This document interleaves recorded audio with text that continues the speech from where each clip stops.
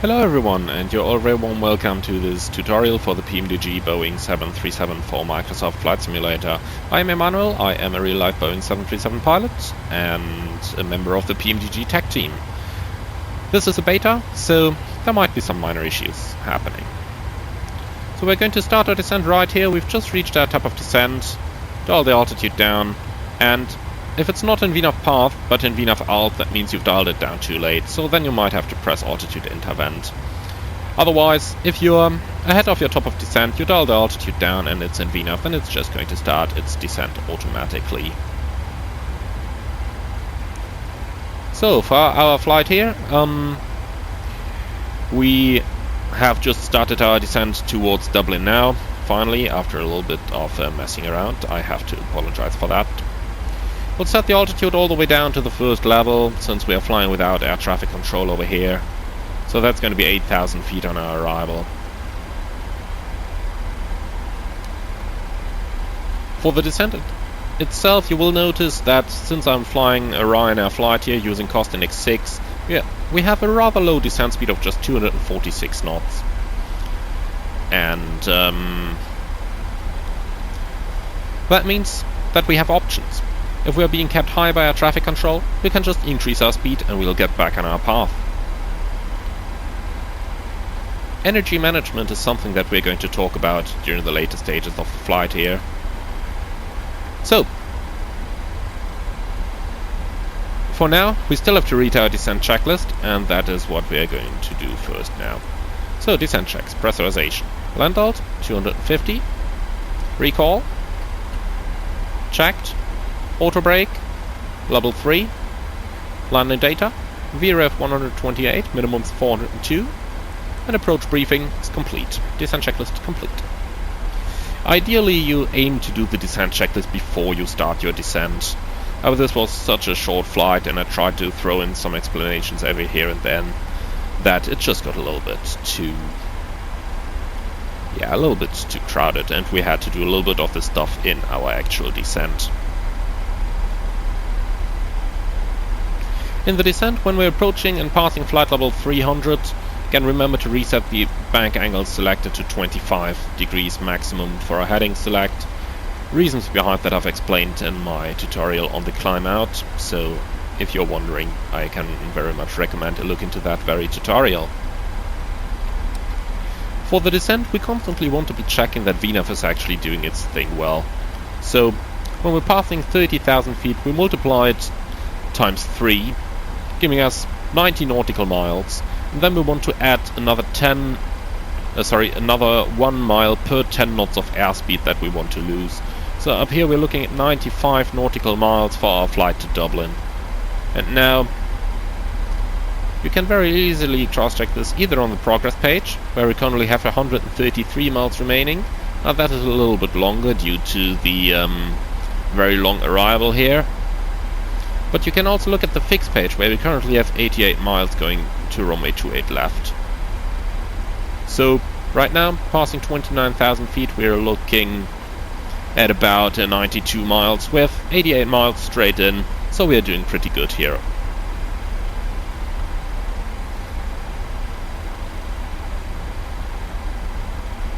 This is something really important, by the way. Do cross-check your VNAV. You want to make sure that it is doing what you want it to do. VNAV in the 737 is a very reliable system, but it also is something. It is a computer, and being a computer means shit in, shit out. If you accidentally put something wrong in and you don't notice it, then of course the VNAV path is also going to be wrong. And using this cross-check, you can very easily determine grossly whether VNAV is operating correctly or not.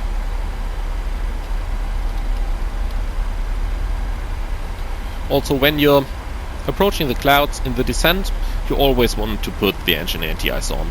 In the climb, you could put it off when the static air temperature is minus 40 degrees or less, but in the descent you always want to put it on when you're entering clouds. So right now, we're still a little bit above the clouds, so we don't quite need to put it on yet. But it is something we are keeping in mind.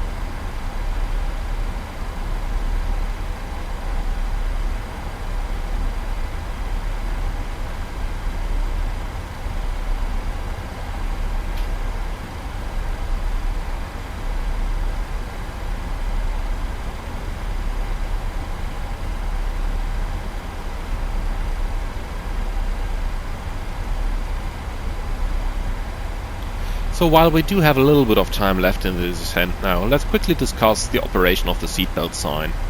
Basically, you want to put the seatbelt sign on anytime turbulence is expected.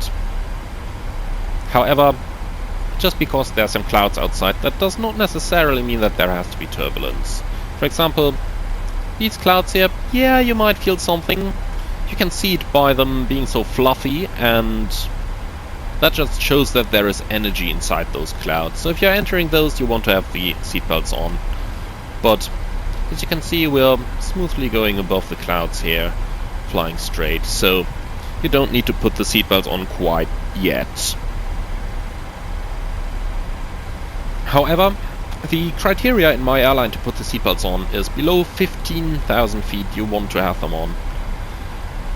And in case you are, for example, flying a little bit faster than 246 knots here, then you want to make sure as well that they are being turned on no later than 15 minutes before the landing. So the limit is 15,000 feet altitude or 15 minutes to landing, whichever is earlier. You can check your expected landing time on the progress page. So right now it's 16:31, so that's in about 26 minutes. However, remember that we have this long protracted arrival in, which is actually going to give you an estimate for flying the whole arrival. So in terms of just determining a little bit better when to put the belts on, we'll just take the final approach fix here, lap now, and we're going to put that right behind back so that now the FMC is calculating with a straight in arrival. If we now check the progress page without executing anything, it tells us that we land at 16:24 in the best case. So 16:24 minus 15 minutes means that we are going to put the seatbelt signs on at 16:09 the very latest. Once again, we are not going to execute this. We just made the FMC predict our expected landing time in case we get the best possible shortcut here.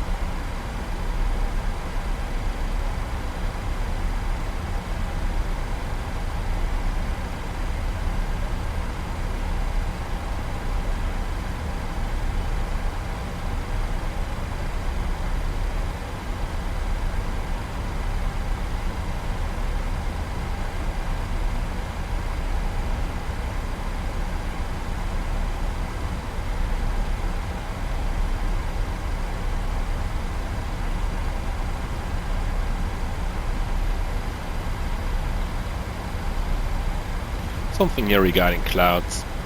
You can see we're just going very close to them, but we're not actually going in them. I've seen some flight simmers turning on the anti-ice anyway.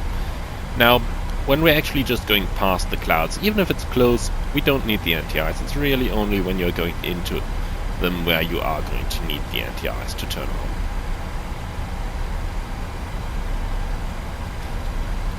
So now it's 09. That's the point in time where we are going to turn on the seatbelt signs so that the cabin crew can start preparing our cabin for the arrival. And at this point I'm actually going to finish this tutorial on the descent, and we will start our next tutorial with the approach at this very point. So I would like to thank you for being with me today and look forward to see you on the next one.